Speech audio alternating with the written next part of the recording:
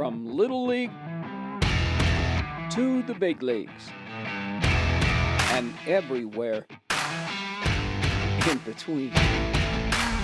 From one stage to another. Passion is my middle name. I'm J.J. Davis. This is In Focus.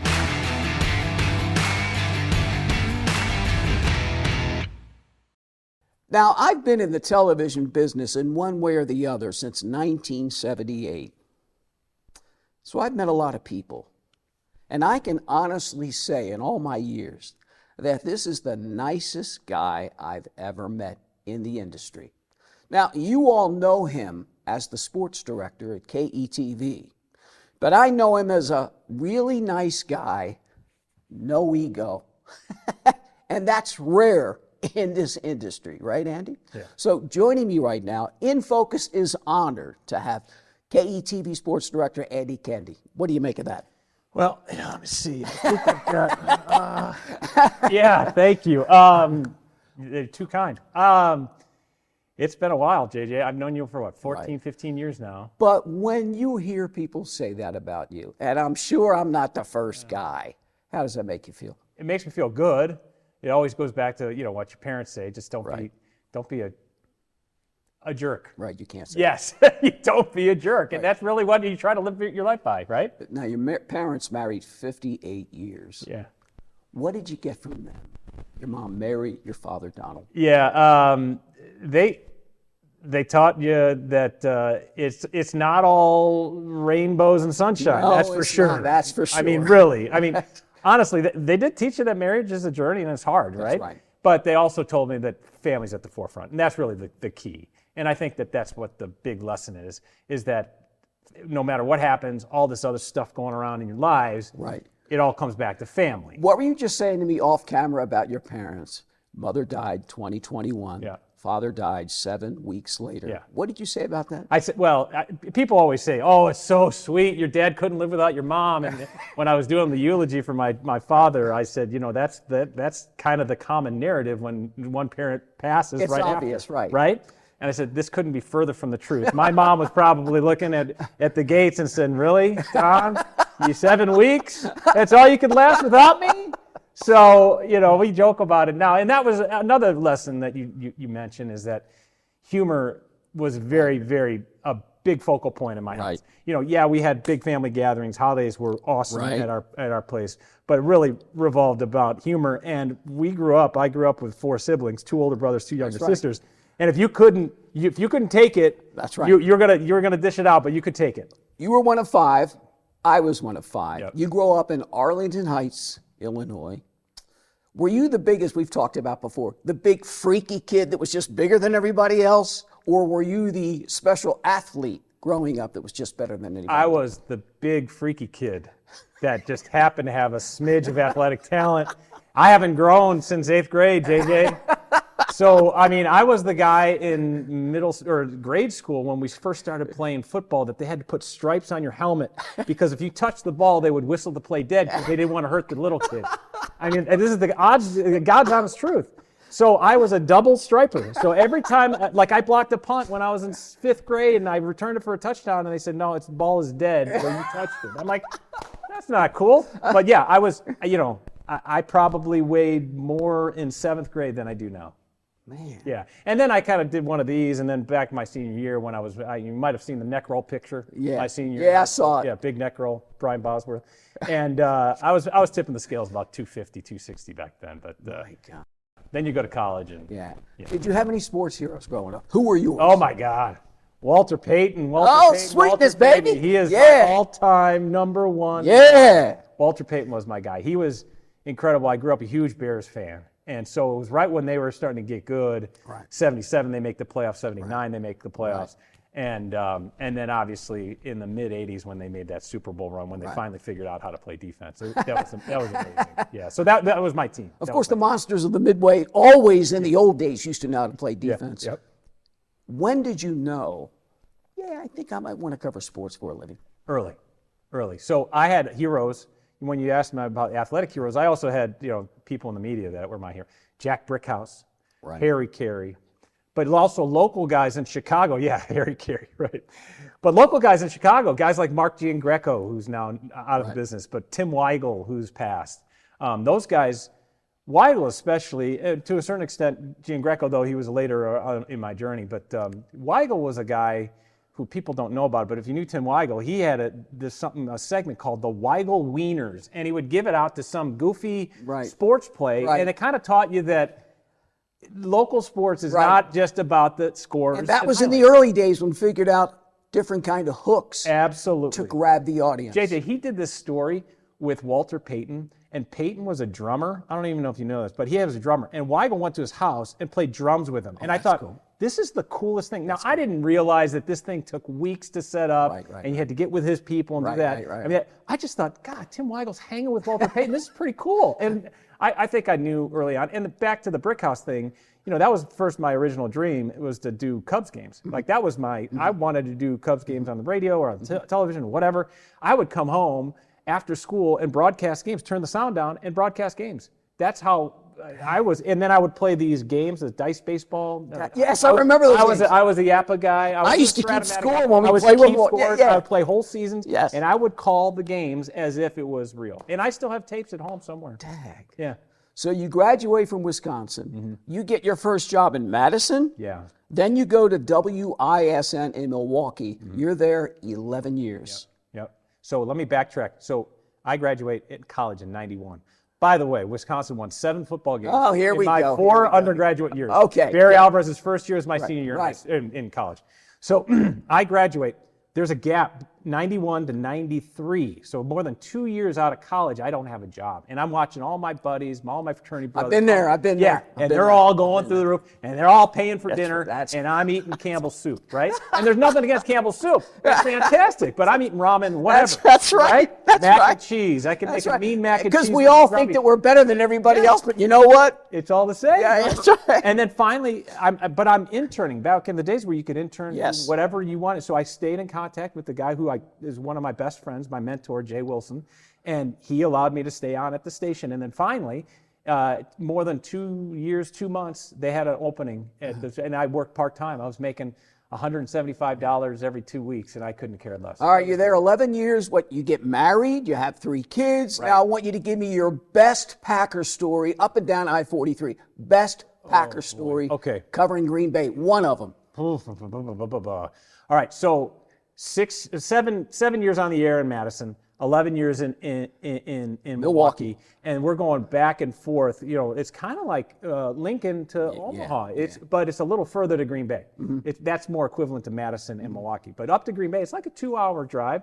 I would say there was a game. There was a playoff game against the Seattle Seahawks. And if you remember Matt Hasselbeck, it was a playoff game. He says, we want the ball and we're going to score in overtime. And Al Harris took the pick six.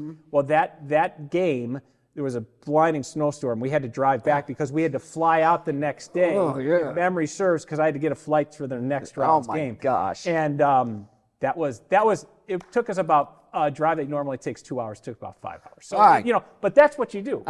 That's what you do. People You're don't young realize. And dumb. I used to tell people all the time, we get to cover these bowl games, everything. Everybody thinks everything's glamorous when you go on the road, but you and I know you work your butt off. And then maybe the Saturday night when you have dinner, you can finally eat something. You're exhausted, and then you got to get up the next day. So furthermore on that story, so I'm driving, and I'm thinking, hey, I'm going to take a flight. We've worked this out. Let's go cover the Cowboys and Giants. This is back when they were like, sure, let's go. Yeah. Because we thought that the Cowboys, who were the number 1 seed in the playoffs, that was going to host, and we'd be the first station in town to be in Dallas. Right. Plant our flag. The Giants upset the Cowboys that year, so we're in Dallas.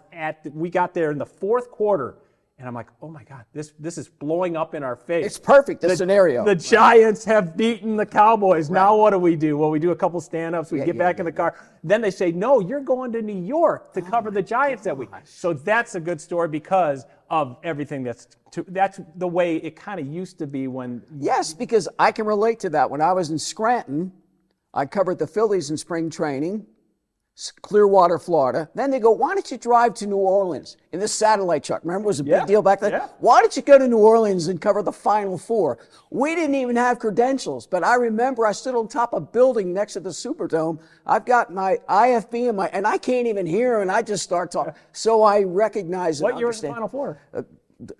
01? 87, Okay, 88. 87. I'm a little Okay, bit older. 87. No, 80. That's good. Was that Keith Smart? Indiana? Yes, he hit the jump shot to win it from the corner.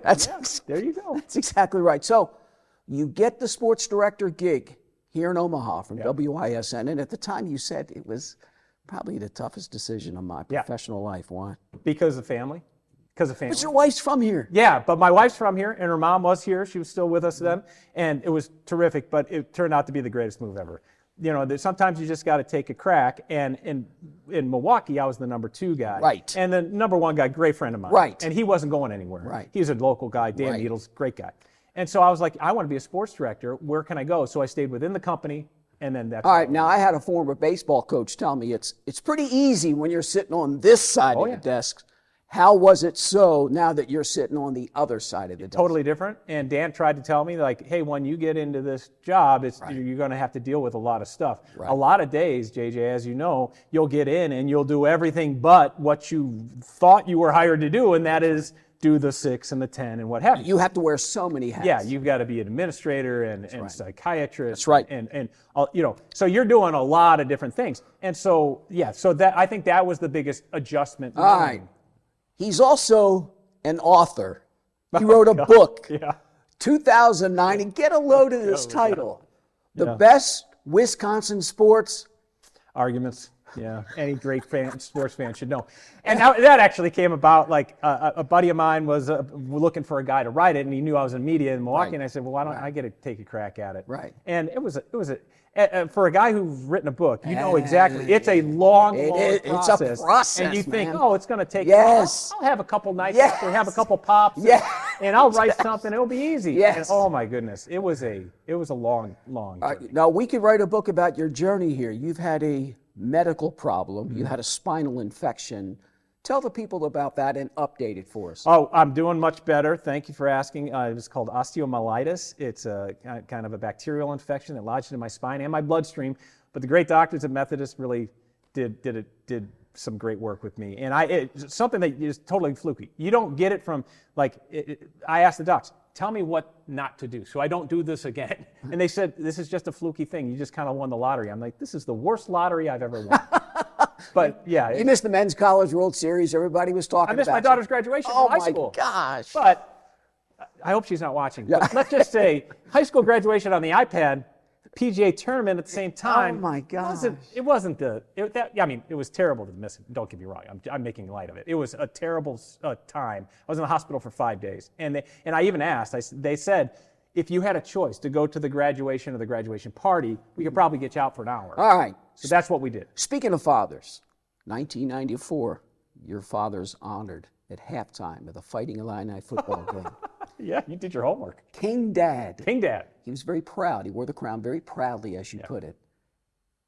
What do you think of that when you think of your father and how you are as your dad? Well, it is pretty cool because he went to the University of Illinois, grew up in Champaign. Red Grange, baby, my hero. Yeah, his dad was a professor at the university. My mom went there. That's where they met. I didn't get into Illinois. People are like, why didn't you go to Illinois? I didn't get in. I wasn't smart enough. And so when he was honored, it was really cool because my sister at the time, Ann, was on the homecoming court as well. They do it at homecoming. And he won King Dad, and that was a pretty big deal. I mean, that's a cool thing. Well, I think to a degree you're probably a spitting image of your dad and with a little touch of your mom. Yeah. And I want to thank you very much for coming on. Thanks, JJ. Andy Kendeigh, baby. Thanks, buddy. He's the man. He's the man. Well, coming up next, we got a berry to pick with a Beaufield right after the break.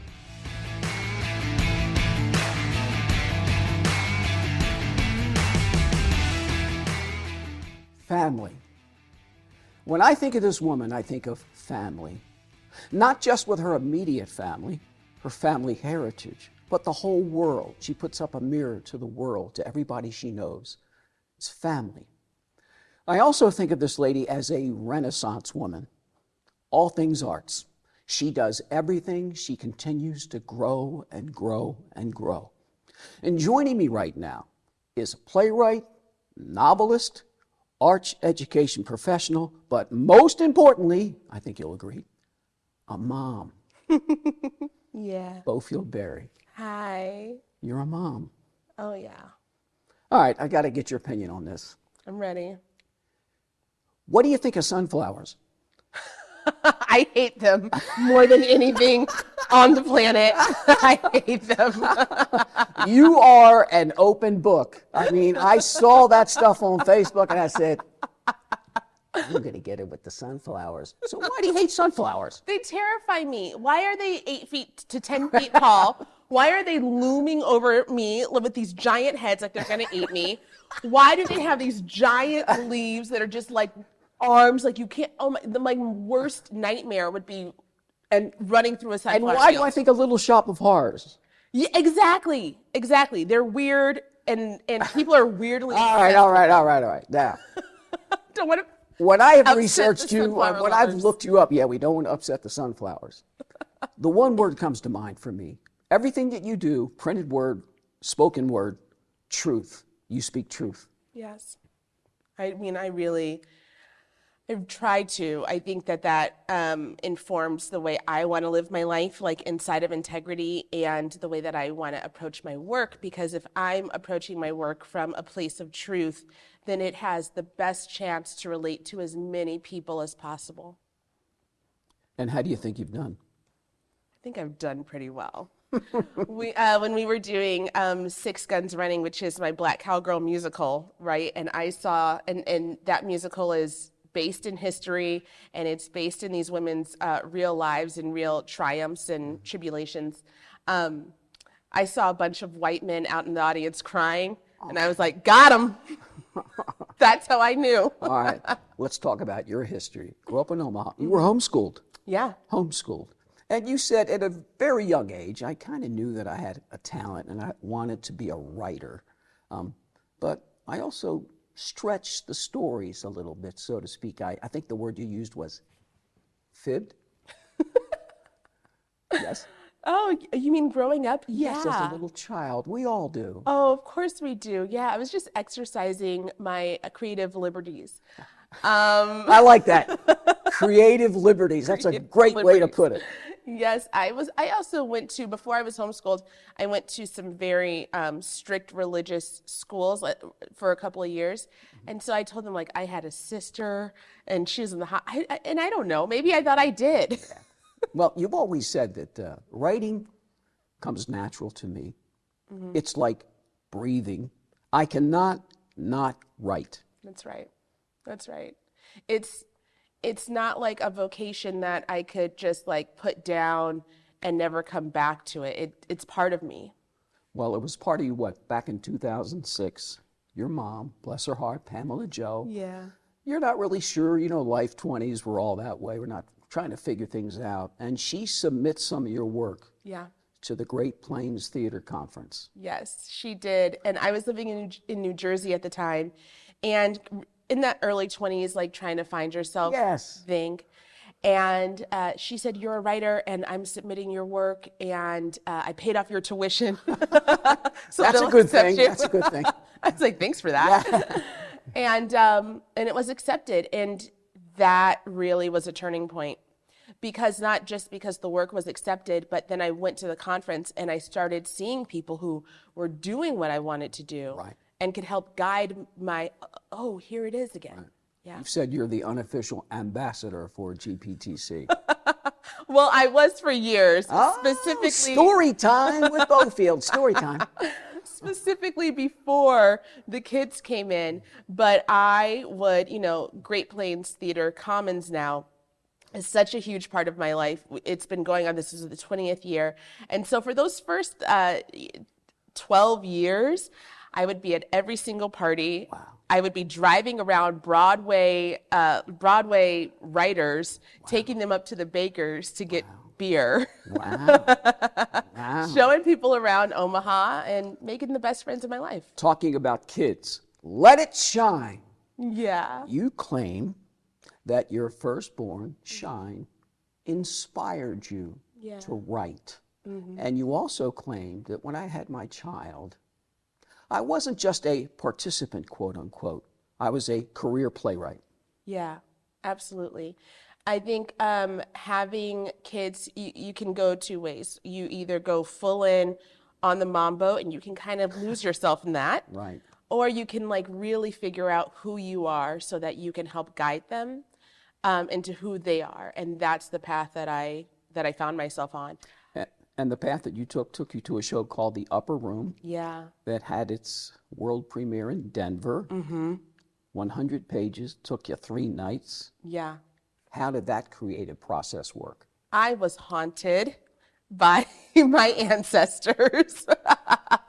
They showed up from the great beyond and wrote that play with me. And I just had a conversation, I know that sounds silly, but it's just really the truth. No, I get it, because my father, who died 96, from that generation, the greatest generation, remember they always had change in their pockets? Yep. So every now and then I find a dime in the weirdest places and I go, thanks, Dad. Now you've said, I write about family, but I didn't find family, it found me. Yeah. After we suffered losses in my family, I really separated myself from them. I was scared to lose anyone else. And so that's when I go on the journey of the soul or whatever. But I circled back because of the work. I circled back because of my mom submitting me, bringing me back to Omaha. Right. One of your latest works, 2019, Red Summer, at the Blue Barn Theater, 100 years earlier, the race riots in Omaha. That's right. Will Brown, murdered by an angry white mob. Yeah. What did that mean for you to get that out? It was huge. It was huge, not only for me as a writer, but I was also pregnant with my daughter, so it was a lot of emotions. But for the city too, it meant something for me. It was a gift to all of us as Omahans to know our history and to be able to delve into it more. And for me, again, it goes back to that word truth. Now, you've also said, I always thought in the beginning, writers, it's fueled by heartbreak, whiskey, and cigarettes. And then I found that, in fact, it does take a village. It does. It does. At the time, it was my ex-husband and I. He just really held down the kids so I could do that writing, right? I had a really good support system early on so that I could maintain and push my career forward. And there wasn't that many whiskeys, and I kind of went over to Margie. Just a form of expression. Yes, and I don't even smoke. Right, good. So here you are now. You are a Renaissance woman to me. You've written a book, 2017. Tell me about that book. The book is called Childhood Friends. It also takes place in Omaha. I feel like I'm always coming back home. And it's about a girl. It's really like a hidden autobiography, as most things are. So let the truth be told. It's about Beaufield. It's about Beaufield, for sure. You also co-founded a school. I mean, you have your hand so many things. Yeah. When COVID hit, my oldest son was going into kindergarten, and it was really like such a weird time. We don't know like what's going to happen. And I'd always had this dream of having some sort of homeschool co-op even before COVID. COVID just made it possible. And so I put out the call on Facebook, and I'm like, let's just do this. Who wants to get in the pod? And we ran that school for 2.5 years. But you had said during COVID, the theater world, quote unquote, flatlined. And you felt somewhat bad about yourself because you felt like the word used, hid your kids away. No, I don't know. I don't know what I said there. Because she has said so many things. See, that's just the thing to me. You are such an open book. Where do you come up with your best ideas? In the shower. Oh, I thought it was because I had read. Yeah, you said I come up with the best ideas. I do this too. In bed, you think about stuff. Yeah. Oh, yeah. Well, shower, bed. Yeah. They're a few feet away from each other. Right. But it goes like this. Because a lot of them come to me when I'm sleeping. Yes. Story time with Beaufield. They come to me when I'm sleeping, and it's like an aha moment, and then I beeline to the shower. because there's no one in there. Right. Turn it on. Right. And then they just like, they get heated up. Right? Yeah. You know what I actually do? Because I feel like I'm not an esteemed or really talented writer like you. I feel like I'm better in the spoken word. So what I've actually started, I had this little tape recorder, and I called it The Walk. When I get out of my car at work and I walk into the building, I talk. Once I get in the building, I Right. stop. And I just feel like I'm much better with the spoken word. And you never know when the ideas, when the words, when the phrases are going to come. Yeah. Well, you are amazing at the spoken word. Like right now, you have all this just logged in your memory. Yeah. You got the gift of gab. All right, speaking of the gift of gab, someone once said, I'm in a time of peace, family, building, Yeah. mental health, Yeah. working hard, and it's a quiet place. You said that. I said that recently. What do you mean by that? I mean that I feel like for years I've kind of given myself in a multitude of ways. Right. And I haven't poured back into myself. And it's time for me to do that in order to go to the next level of where I want to be. You cannot be everyone to everybody. Yeah. Sometimes you got to say, tattoo, hint, hint, no. I'm thinking about getting it. I'm thinking about getting the no tattoo. You've talked about that for years where, yeah, I think I'm going to get a no tattoo because, I got to prioritize. I got to prioritize. Have you? No. I got the yes tattoo and the yellow tattoo. So when's it going to happen? I'm going to put it over here somewhere. What would that mean to you? It would remind me that no is a full sentence and it's okay to say no. Right. And you can still be a generous, loving, caring person with a boundary. Good. Yeah. You've also said that friends have tried, but my boundaries are good now. I'm good. They can't penetrate. Yeah. I mean, that's an exercise every single day, but and it's not even about the outside people, it's about the within person. Correct. Yeah. And so my within person is just becoming stronger. All right, your within person is outside doing everything. Let me see, 3 volleyball teams. You want to play tennis. I love the volleyball teams. One of the names is Volley Yamas. How are you at that sport? I play with heart. Oh, she plays with heart. I'm getting better every season. Can you jump up above the net and kill it, as we say? Absolutely not. I don't buy it. That's right. I thought you were going to say absolutely. Absolutely not. Listen, this has been absolutely a wonderful time. I want to thank you very much for joining me on my show. And you are a wonderful person. I call you a Renaissance woman. Thank you, JJ. I love that. Beaufield Berry. That's right. Now, I want to thank you all for joining us today on this show. We had some pretty amazing guests and we had a really good time. So for In Focus, I'm JJ Davis with the Field of Beaufield Berry. Hopefully, I'll see you around town.